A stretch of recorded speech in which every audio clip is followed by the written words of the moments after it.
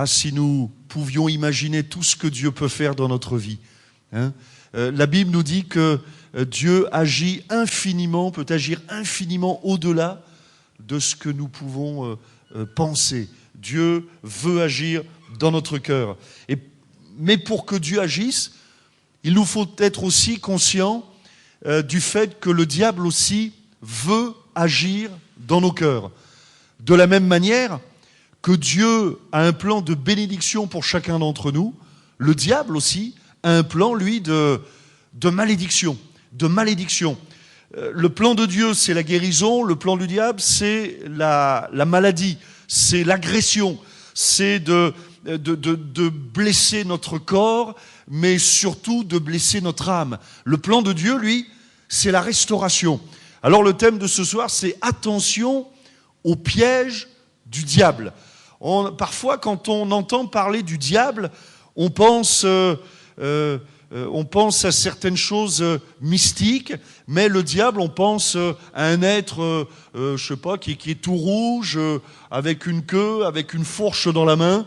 Et puis, parfois, ça peut prêter à sourire.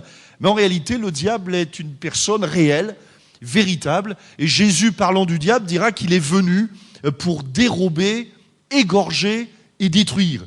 Égorger, ça veut bien dire ce que ça veut dire. C'est nous ouvrir la gorge en deux et permettre que toute la vie, tout le sang s'écoule, tout l'espoir s'écoule et tombe dans la misère, que nous tombions dans la détresse. Ainsi que nous soyons finalement, et ça c'est bien aussi de le comprendre, que nous soyons croyants ou pas, nous vivons tous sur la même planète. Il n'y en a pas ici qui vivent sur la Lune encore. Personne encore vit sur Mars. Bientôt, ils vont peut-être nous faire des F3 sur Mars, mais on n'y est pas encore. Donc, on vit sur la même planète. Et comme on vit sur la même planète, même si la Terre est grande, finalement, c'est quand même un aquarium. Je veux dire par là qu'on respire tous le même air, qu'on affronte tous plus ou moins, peut-être pas les mêmes problèmes, mais en tout cas des problèmes, des difficultés.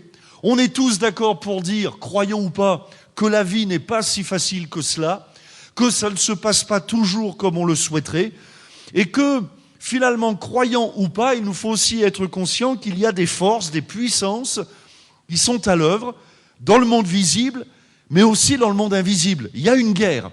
Il y a une guerre dans le monde visible. Jésus nous dira, par exemple, dans l'évangile de Matthieu, chapitre 24, verset 6, « Vous entendrez parler de guerre et de bruit de guerre, gardez-vous d'être troublés, car il faut que ces choses arrivent, mais ce ne sera pas encore la fin. » Jésus a dit cela il y a 2000 ans.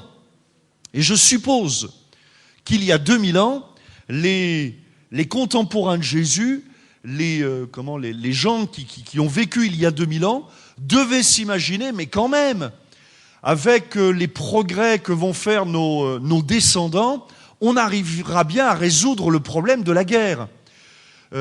Il y en a qui, quand ils étaient jeunes, ils imaginaient l'an 2000 très très loin. Levez la main, il n'y a pas de honte, parce que sinon je me retrouve tout seul. D'accord. Ouais, mais les jeunes, vous êtes... Non, pas les jeunes. Non, mais vous êtes nés déjà dans l'an 2000. Bon.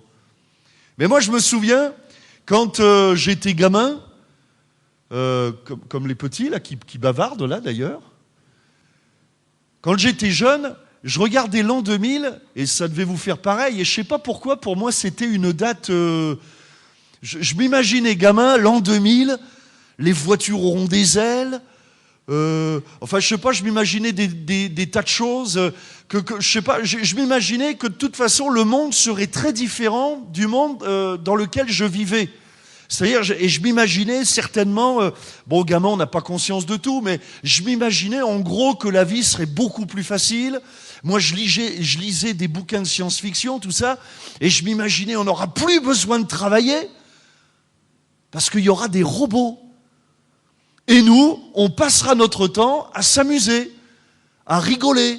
Il n'y aura plus de pauvreté parce que plus personne ne travaillera et on aura des sous, il n'y aura même plus de... Enfin, vous voyez, je sais pas, ça vous est arrivé, ça? Dites-moi oui, que j'ai pas l'air comme ça, un peu ridicule, quoi. Il n'y a pas que moi, rassurez-moi. Hein?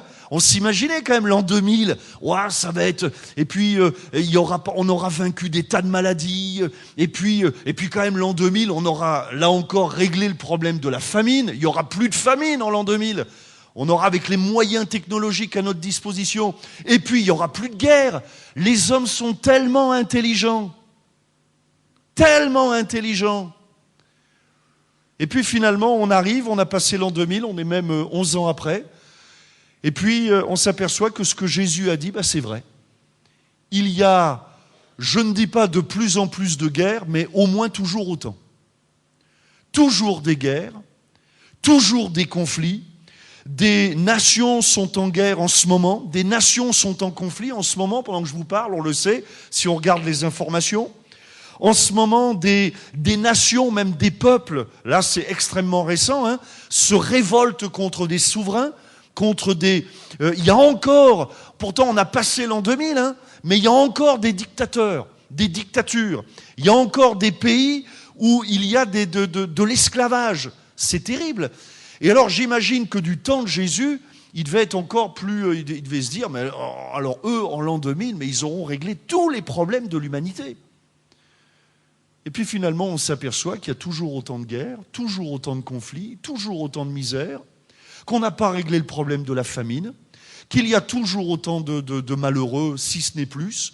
On s'aperçoit que malgré tous les progrès de la plus belle technologie, les pauvres s'appauvrissent et les riches s'enrichissent. On s'aperçoit qu'il y a même des nouvelles maladies. Je ne dis pas qu'il y a plus de malades, mais on a l'impression que dans les 10 années qui viennent de passer, ou les 20 dernières années, il y a des maladies qu'on ne connaissait pas qui nous tombent dessus, même des maladies terribles. Et alors, je ne dis pas que c'est pire, mais parfois on a l'impression, ou alors c'est les moyens de communication qui nous donnent cette impression, l'impression que c'est pire, quoi. Que finalement il y a plus de maladies, qu'il y a plus de drames, il y a plus de problèmes. Et donc, Jésus nous avait prévenus. Donc, il y a une guerre. Il y a aussi des guerres dans le domaine des familles. Il y a des divorces, des couples qui sont qui se déchirent. On sait qu'en France, il y a un chiffre quand même effroyable. Je crois que c'est une femme sur 10 qui est battue par son mari ou son compagnon, si ma mémoire est bonne. Un chiffre terrible. Et pourtant, là encore, on pourrait se dire, mais quand même, on ne vit plus au Moyen-Âge. Mais d'une certaine manière, si on change de costume, on n'a rien. Il n'y a que les costumes qui ont changé. Mais par rapport au Moyen-Âge, il n'y a rien qui a changé. Il y a autant de servitude, il y a autant d'esclavage, il y a autant de pauvres, il y a autant de riches, il y a autant de pouvoirs injustes, autant de décisions injustes, iniques. Et puis donc il y a cette guerre. Et puis dans le monde aussi, on entend parler de la puissance du terrorisme, de la violence. Cette année, on va, en tout cas les États-Unis d'Amérique vont, je ne sais pas si c'est le mot, j'allais dire fêter, vont célébrer les 10 ans, vous savez, de ces tours qui sont tombés en 2001 à New York. Et là encore, on pourrait se dire, depuis 10 ans, on sait qu'il y a une puissance de terrorisme qui est à l'œuvre pour détruire. Eh bien, j'aimerais vous dire que dans le monde invisible, c'est exactement la même chose. Dans le monde invisible, il y a aussi des puissances qui sont à l'œuvre, qui s'opposent, des puissances qui agissent pour détruire, cette fois, non pas notre corps, mais notre âme, pour nous éloigner de Dieu, pour nous avilir, pour nous souiller, pour nous éteindre, pour nous tuer psychologiquement, mais surtout spirituellement, pour étouffer la foi, pour même, encore mieux, l'empêcher de naître, une puissance, et nous savons, en tout cas la Bible le dit, Jésus en parle, c'est cette puissance satanique, diabolique, démoniaque, puissance des ténèbres qui veut agir dans le monde pour détruire. Et la parole de Dieu, là encore, a une réponse, et nous dit dans 2 Corinthiens chapitre 10, « Les armes avec lesquelles nous combattons ne sont pas charnelles, mais elles sont puissantes par la vertu de Dieu pour renverser des forteresses. Nous renversons les raisonnements et toute hauteur qui s'élève contre la connaissance de Dieu et nous amenons toute pensée captive à l'obéissance de Christ. » Voilà donc que la parole de Dieu nous dit voilà, il y a un combat. Et que nous soyons croyants ou pas, nous sommes tous l'enjeu de ce combat. Nous sommes le point central de ce combat. Savez-vous que vous êtes l'objet de l'attention et du diable et de Dieu?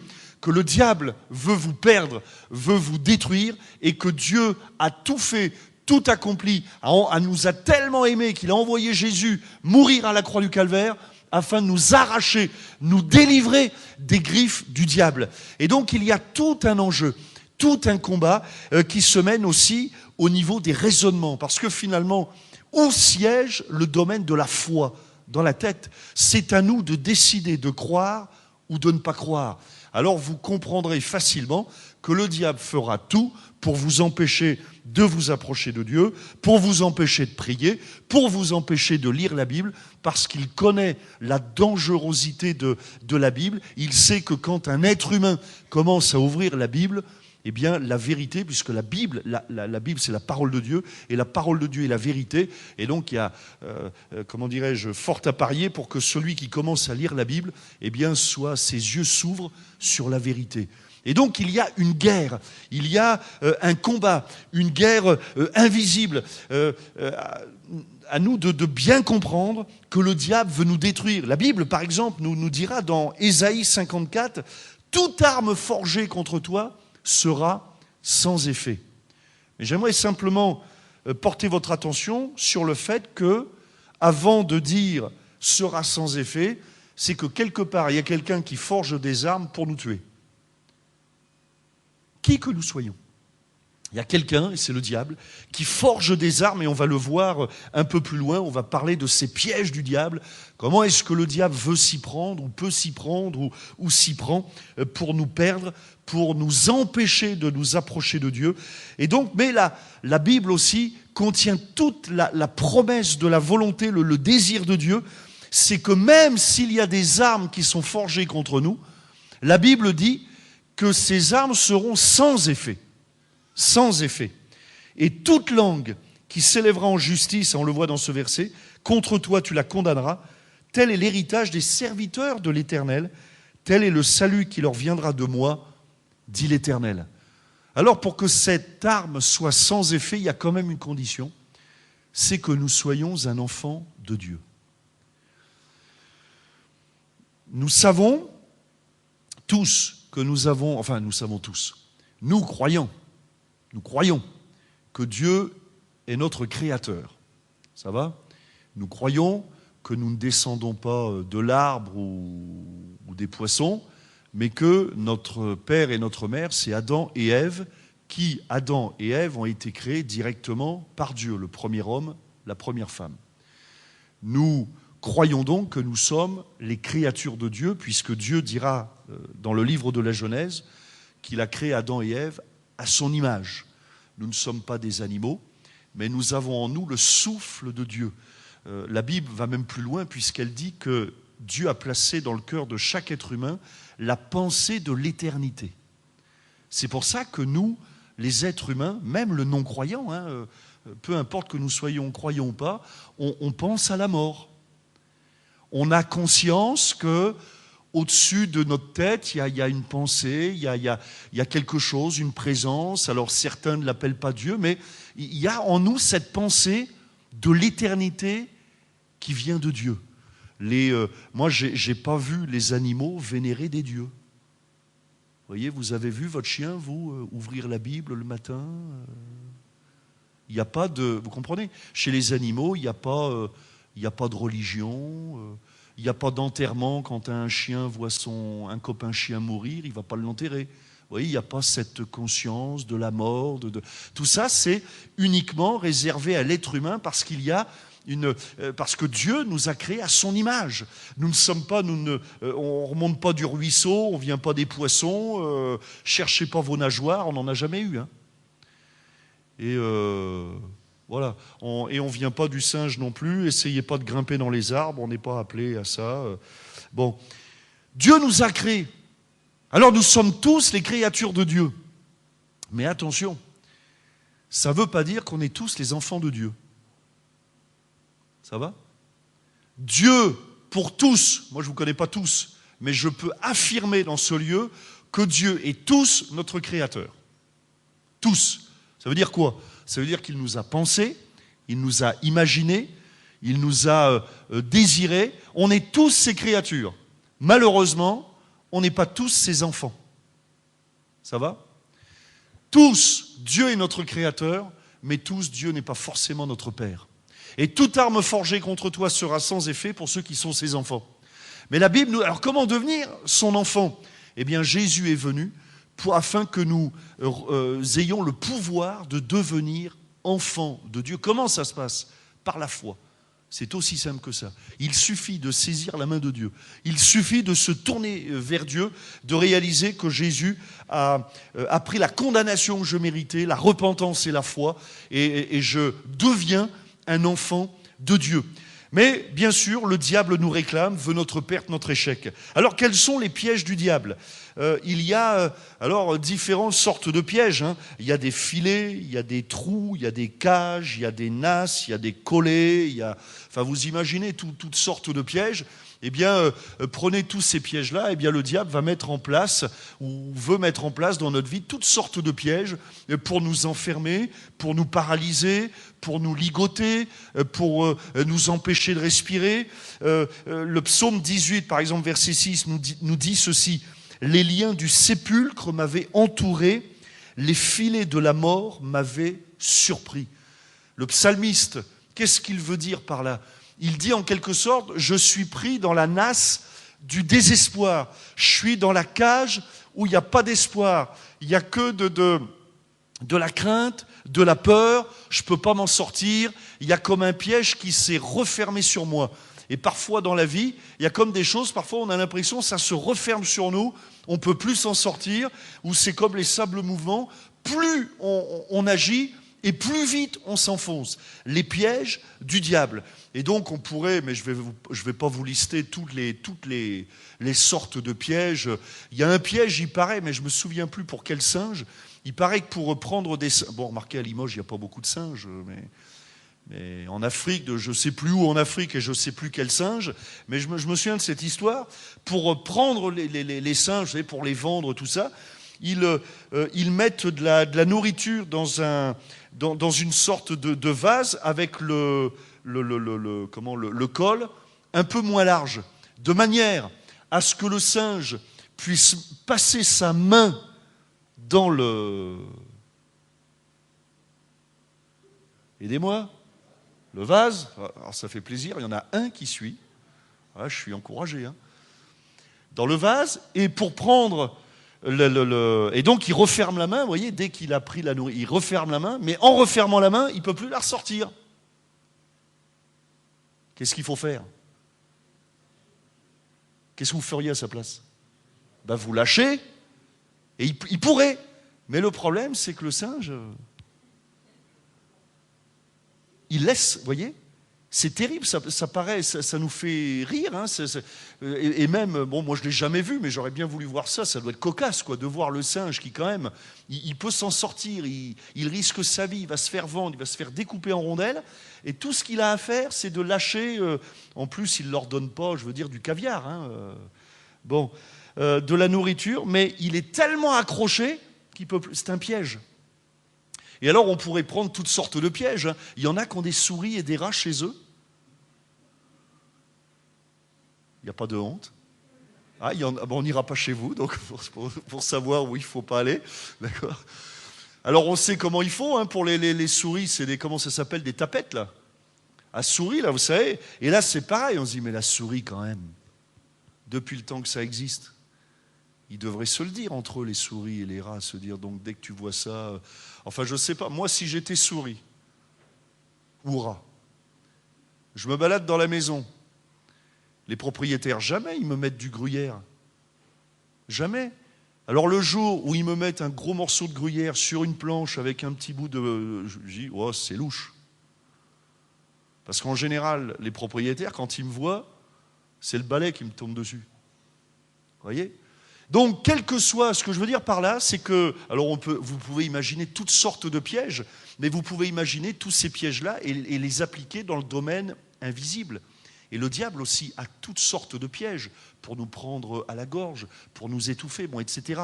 Il y a des pièges même où, des nasses dans l'eau pour des ragondins ou pour je sais plus, où ils sont noyés, c'est-à-dire qu'on rentre, mais on peut plus ressortir. Il y a ces sortes de pièges aussi où on rentre quelque part. Et c'est fini, c'est bouclé. Il y a une porte d'entrée, mais il n'y a pas de porte de sortie, sorte de piège. Mais dans tous les cas, quel est le point commun? Dites-moi, quel est le point commun à tous ces pièges?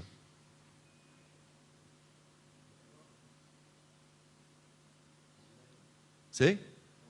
Non, mais imaginez un piège pour prendre un lapin, n'importe quoi. C'est quoi le point commun à tous les pièges? Les appâts. Il faut quelque chose pour attirer. Eh bien, voyez-vous, dans le domaine spirituel, c'est la même chose.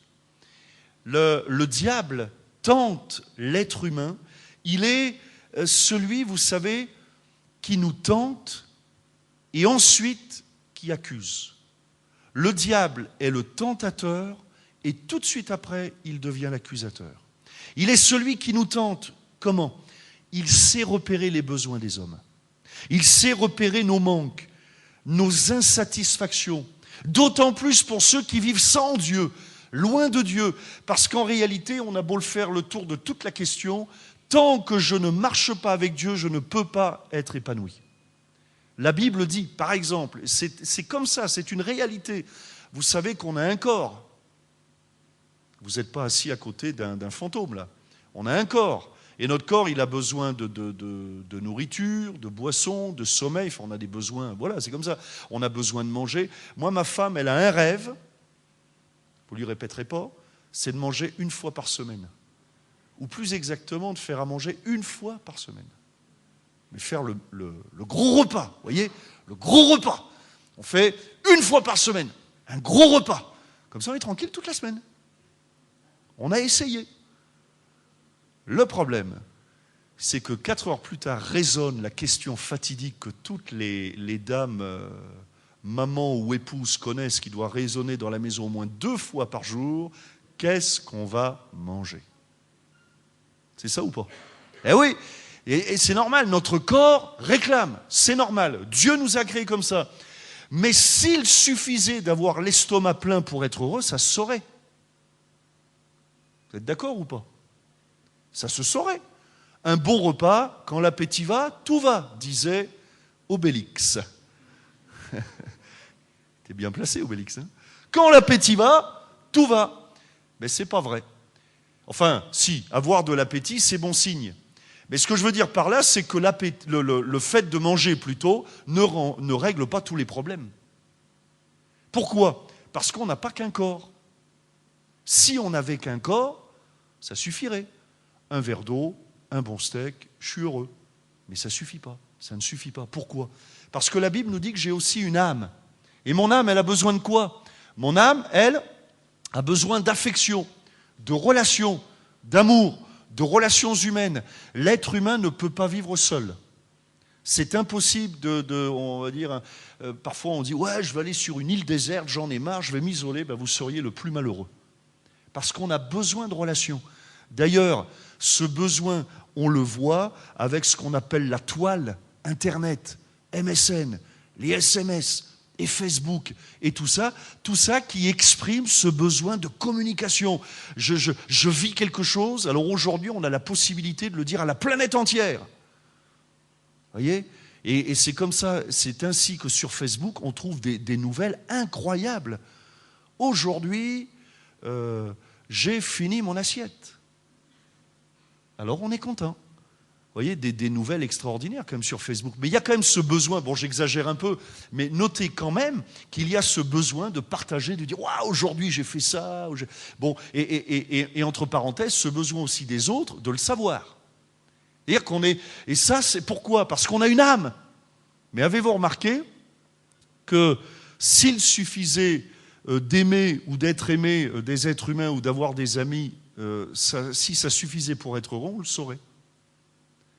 Mais qu'est-ce qui fait que parfois, on a tout ce qu'il faut pour être heureux? Il y a tout. Le corps est rassasié, notre âme, on a des amis, une femme, un époux, un mari, une famille, tout ce qu'il faut. Et comment ça se fait que pourtant, il y ait quand même parfois des envies de suicide, de la dépression, quelque chose qui tourne. Pourquoi ? Parce que la Bible nous dit qu'il y a un troisième élément qui compose notre être, c'est ce que la Bible appelle l'esprit. J'ai un corps, j'ai une âme, mais j'ai aussi un esprit. Et qu'est-ce qui peut... Alors l'esprit, lui, il a besoin de quoi ? Eh bien, il a besoin d'une relation avec Dieu. On ne peut pas nourrir notre esprit avec de la viande, on ne peut pas nourrir notre esprit simplement avec de l'amour humain, mais notre esprit a besoin d'être rempli par la personne, par la présence de Dieu. C'est ce qui fait, c'est pour ça que je vous dis que tant que l'être humain ne marchera pas avec Dieu, il est comme boiteux dans la vie. Il y a quelque chose qui lui manquera, une insatisfaction. Et c'est là que le diable met des appâts. Parce que quand on a des besoins, eh bien le diable met sur notre route des appâts pour nous attirer dans ses pièges. La Bible nous dit dans le psaume 10, verset 9, « Il est aux aguets dans sa retraite, comme le lion dans sa tanière. Il est aux aguets pour surprendre le malheureux. Il le surprend et l'attire dans son filet. » Et donc attention au piège du diable qui veut nous attirer loin de Dieu, qui veut nous aveugler, illuminer notre regard, remplir notre cœur. Vous savez que la Bible nous compare à des vases. Et le propre d'un vase, c'est d'être rempli. Mais le diable veut transformer nos vases en poubelles, mettre des ordures dans nos cœurs, des saletés, des souillures. Voilà ce que le diable veut mettre. Et le remplir coûte que coûte. Mais notre vase a besoin de la grâce de Dieu, la vie de Dieu, l'espoir, la délivrance, la guérison, la bonne nouvelle de l'Évangile, la sainteté de Dieu, la pureté de Dieu, parce qu'on a été créé pour marcher avec Dieu. On a deux exemples quand même, on en a beaucoup, mais au moins deux, j'en ai noté deux dans la Bible, d'un homme qui s'est fait piéger, enfin deux hommes qui se sont fait piéger, mais dont un des deux est tombé dans le piège. C'est Joseph. Joseph, la Bible, qui est devenu premier ministre de Pharaon, a failli, le diable avait mis un piège devant lui. La femme de son patron, de son maître, voulait coucher avec lui. Et lui a résisté à la tentation. Il n'est pas tombé dans le piège, et je ne crois pas qu'il a refusé à cause de ce qui allait lui tomber dessus par la suite, mais il a refusé parce qu'il aurait eu du mal à vivre avec cette culpabilité sur la conscience. Parce que n'oubliez jamais que le diable est celui qui nous tente, mais une fois qu'on est tenté, qu'on a mordu l'hameçon, il est le premier, le diable, qui nous accuse. Vous savez, comme le pêcheur à la ligne, on va donner les meilleurs appâts du monde aux poissons, mais pourtant le pêcheur, c'est pas l'ami des poissons, c'est le mangeur des poissons. Voyez ? Alors le poisson au départ, lui, il est content. Il dit « Ouais, super, je crois que le pasteur Alain Godu, il pêche. Hein » Alors les poissons, ils sont contents. Ils disent « Ouais, super, il est là, il va nous donner à manger. » Et ouais, mais en fait, non, il se donne lui-même à manger. Eh bien, bon, on va pas comparer. On arrête là la comparaison. Mais le diable fait la même chose. Il tente, mais une fois qu'on est hameçonné, une fois qu'on est amorcé, eh bien le diable est le premier pour accuser. Il y a tellement de gens qui vivent dans la culpabilité, dans l'accusation, blessés, meurtris, parce qu'ils ont fait des mauvais choix. Le diable les a orientés dans la mauvaise direction. Mais pas une fois, ce n'est pas le diable qui vous tendra la main. Ce n'est pas le diable qui viendra vous voir en disant « Oh là là, je vais t'aider ». Le diable viendra vous voir pour vous enfoncer, pour vous accuser, pour vous dire « mais t'es un nul, t'as péché ». Et il y a un autre homme, lui, qui a été piégé, mais qui est tombé dans le piège, c'est le roi David. Lui a été piégé de la même manière, avec le même appât, j'allais dire. Une femme aussi, il a été tenté, il est tombé dans le piège, mais cette fois, lui est tombé dans le piège, et il en a quand même payé les conséquences, les pièges du diable. Et donc le diable veut nous écraser de culpabilité, nous faire accumuler des erreurs, des échecs, nous faire faire de mauvais choix, remplir notre cœur en quelque sorte de sucreries, de choses vaines, inutiles, comme la drogue. Je vous le disais il y a quelque temps, j'ai remarqué, moi je me souviens, avant ma conversion, j'étais drogué, et je me souviens que ma première dose de drogue, on me l'a donnée. On me l'a donnée. Mais la deuxième, celle que je voulais, celle-là, il a fallu que je la paye. Et là, j'ai commencé à comprendre quel était le système. Au départ, on vous donne, on vous tente. Mais il arrive à un moment donné où il faut payer. Où il faut payer. Mais c'est trop tard parce qu'on en est esclave. Et c'est ce que le diable fait, littéralement. Il offre, il nous donne, il offre l'appât, il met le gruyère sur la planche, il met la nourriture dans le vase, il amorce, il met l'appât aussi sur l'hameçon, il amorce et dès qu'on est dessus, il est le premier à nous digérer, à nous accuser. Il a forgé une âme, il a forgé un appât spécialement pour chacun d'entre nous. Mais la bonne nouvelle de l'Évangile, et je termine, c'est que la Bible nous dit dans la première épître de Jean, chapitre 3, verset 8, et retenez bien ceci, s'il y a une chose à retenir dans cette soirée, retenez ceci, le Fils de Dieu a paru afin de détruire les œuvres du diable. Ainsi peut-être quelqu'un se dira, mais moi j'ai été piégé, je suis dans un piège, je suis dans la nasse, j'arrive pas à, vous savez, comme ce singe, vous savez, tout à l'heure, on rigolait un petit peu à propos de ce singe qui quand même, on dit, il est un peu bêta. Mais parfois, c'est la même chose avec le péché. On sait que le péché fait du mal, mais on n'y arrive pas. On n'arrive pas à ouvrir la main. On sait que tant qu'on le tiendra, tant qu'on fera ça, on sera malheureux. Tant qu'on sera dans l'adultère, on sera malheureux. Tant qu'on s'adonnera à la drogue, ça n'ira pas. Tant qu'on s'adonnera à l'alcoolisme, ça n'ira pas. Tant qu'on ne marchera pas avec Dieu, tant qu'on n'aura pas fait ce pas, ça n'ira pas, mais on n'y arrive pas. Vous voyez ce que je veux dire ? On n'y arrive pas, comme le singe, ce malheureux singe là, qui n'arrive pas à ouvrir la main. Pourtant, c'est quand même pas compliqué, il suffit d'ouvrir la main. La Bible nous dit que Jésus a paru afin de détruire les œuvres du diable, a vaincu la puissance du péché, nous donne la force qu'on n'a pas, nous donne la capacité de nous sortir de la nasse. Il est venu pour détruire les pièges du diable, les œuvres du diable. La Bible nous dit qu'à la croix du Calvaire, il est venu pour briser le pouvoir de la malédiction. Et même si quelqu'un est au milieu de nous et pris dans une... Je me souviens, il y a quelques années de ça, on avait prié et c'était toute une famille de sorciers qui s'étaient donnés à Jésus. Toute une famille. Le papa faisait de la sorcellerie, la maman faisait de la sorcellerie et elle était crainte à tel point que tout le village la craignait. Tout le monde avait peur d'elle dans le village. Elle pratiquait la sorcellerie. Et ce soir-là, ils ont entendu le message de l'Évangile. Ils se sont tournés vers Dieu et Dieu leur a accordé toute sa grâce. Là où le péché a abondé, même là où il y avait des pièges, de la nasse, de la souillure, là où le péché a abondé, la grâce de Dieu a surabondé. Et qu'est-ce qu'ils ont fait ? Eh bien, pour ouvrir la main, pour lâcher, ils se sont simplement donnés à Dieu. Et Jésus a touché leur cœur. Jésus les a arrachés parce que le nom de Jésus est élevé au-dessus de tout autre nom. Et peut-être que ce soir, quelqu'un vit dans un piège. Peut-être que tu es t'es été pris au collet. Tu es dans une nasse, tu es comme à l'hameçon, ou comme ce singe-là.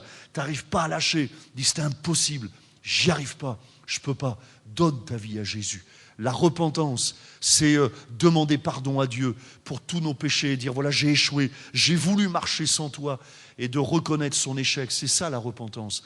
Et la foi, c'est de tendre les mains vers Dieu, dire Seigneur, j'y arrive pas, mais toi tu peux me délivrer. Comment le drogué peut être délivré de la drogue ? Par la puissance de Dieu. Comment l'alcoolique peut être délivré de l'alcoolisme ? Par la puissance de Dieu. C'est Dieu qui veut agir en nous, parce que nous on est trop faibles. Mais Jésus à la croix du Calvaire, et alors la Bible nous parle de la puissance de la croix, la puissance du sang de Jésus, qui est venu pour briser toutes nos chaînes. Et il y a peut-être ce soir quelqu'un qui est enchaîné. Tu es enchaîné dans le désespoir, enchaîné dans la détresse, enchaîné dans un péché. Mais Jésus, à la croix du Calvaire, est venu pour briser toutes les chaînes. On va prier quelques instants. Notre Père Céleste, merci pour la grâce que nous avons de te connaître. Et je te prie pour les amis qui sont là, afin que tu agisses, afin que tu interviennes. Nous réalisons qu'il y a tellement de pièges, tellement d'appâts, tellement de choses attirantes qui sont là pour nous piéger, pour nous enfermer, pour nous briser, pour nous amener à faire de mauvais choix, à prendre de mauvaises directions, à prendre de mauvaises décisions. Et je te prie, Seigneur, de toucher les cœurs, d'agir par ton esprit. Et nous invoquons ton nom, parce que ton nom est élevé au-dessus de tout autre nom. Et parce que toi, Jésus, le Fils de Dieu, tu as paru afin de détruire les œuvres du diable. Tu as paru afin de briser tous ces pièges. Tu as paru afin de nous sortir de tous ces pièges.